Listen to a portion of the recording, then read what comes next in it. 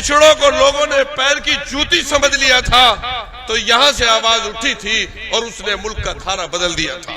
जब हिंदू मुस्लिम झगड़ा होता है, जब मणिपुर में झगड़ा होता है, अब आपको हिसाब देना होगा कि आपने में हिंदू एंडोमेंट में पिछड़ों को, दलितों को रिजर्वेशन क्यों नहीं दिया है अब तक, क्यों उनको दाखिले पर भी पाबंदी लगाई हुई है। अल्हम्दुलिल्लाह रब्बिल आलमीन वस्सलातु वस्सलामु अला सय्यिदिल अंबिया वल मुरसलीन मुहम्मद व आलिहि व सहबिहि व अज़वाजिहि व मन तबिअहुम व मन दआ बिदावतिन इला यौमिद्दीन। हाज़रीन, तमाम हजरात की खिदमत में, रोजेदारों की खिदमत में जो अपने रब की रिजा के लिए, अपने देश और वतन के अपने अमन व अमान को बचाने के लिए इस गर्मी में इस शाहराह पर अपने जिगर गुर्दों के साथ मौजूद हुए हैं और इस मकसद के साथ आए हैं कि वो इस मुल्क में अमन चाहते हैं, आफियत चाहते हैं, कॉन्स्टिट्यूशन की बका चाहते हैं और उनके बुजुर्गों ने जो कुर्बानियां आजादी के हुसूल के लिए दी थी, जिस मकसद के लिए दी थी कि हमारा ये वतन जो हजारों साल से नहीं, जब से दुनिया आबाद है और ये हिंदुस्तान है, जब से हम लोग यहाँ आते बसते रहते आए हैं, उसको बचाने के लिए, उसकी बका के लिए, उसमें अमन व अमान खराब ना हो, इंसानियत का झंडा ना झुके और इंसानियत पामाल ना हो, इसके लिए यहाँ मौजूद हुए हैं। मेरे अजीजों, एक अरसे से दिल्ली में एक ऐसी हुकूमत मौजूद है जिसने कॉन्स्टिट्यूशन को एक खिलौना बनाकर रखा हुआ है और कूड़ेदान में डाल दिया है और मुसलमानों के साथ एक इम्तियाजाना सलूक किया जा रहा है जिसकी मिसाल हिंदुस्तान की तारीख में नहीं मिलती।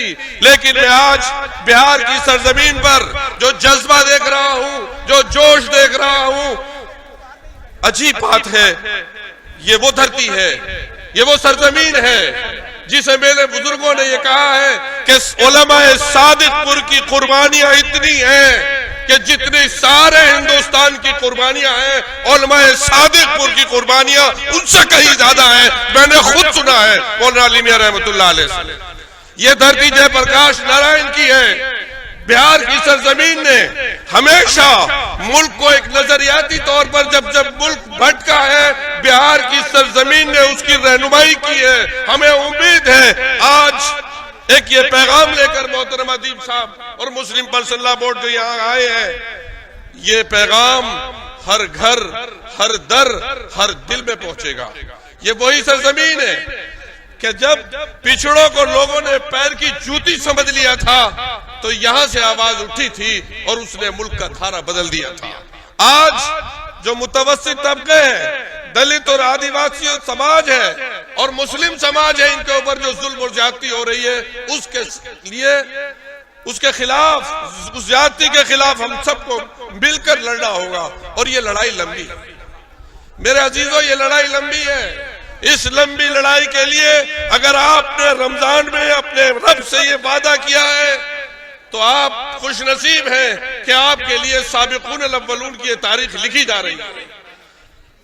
दूसरी बात मैं ये भी कहता हूं, बिहार की सरजमीन से और अपनी पार्टी की तरफ से ये ऐलान करना चाहता हूं कि समाजवादी पार्टी जो देश की सबसे बड़ी पार्टी है, वो संविधान को बचाने के लिए दलितों और आदिवासी और पिछड़ों के साथ जो जुल्म हो रहा है, उनकी हिमायत में हमेशा खड़ी थी और खड़ी रहेगी इंशाअल्लाह।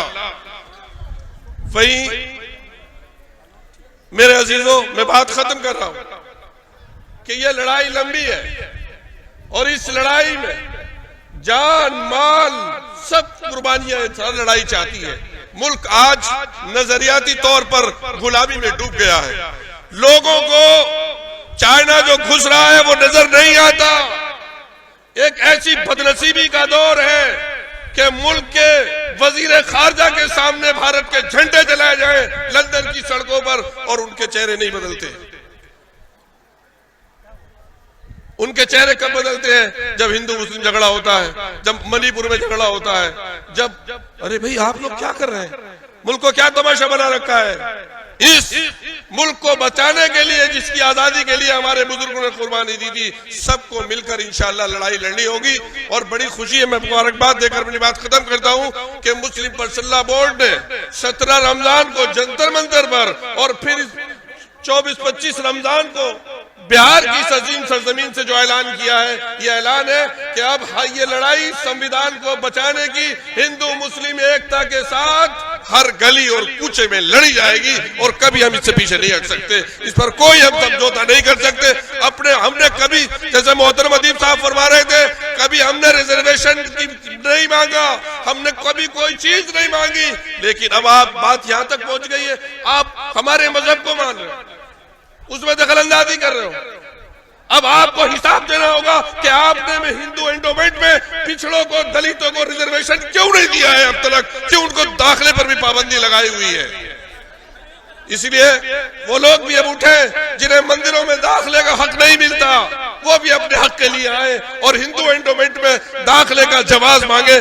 इसीलिए तभी ये बात इंशाअल्लाह मुकम्मल होगी। अब सबके हुकूक के हासिल किए जाएंगे, तभी इंशाअल्लाह ये लड़ाई हम जीत कर ही बैठेंगे। बगैर जीते इस लड़ाई को हम नहीं बैठने वाले हैं। मैं अपनी बात को खत्म करता हूँ। वाखिर दावाना अनिल हम्दुलिल्लाहि रब्बिल आलमीन।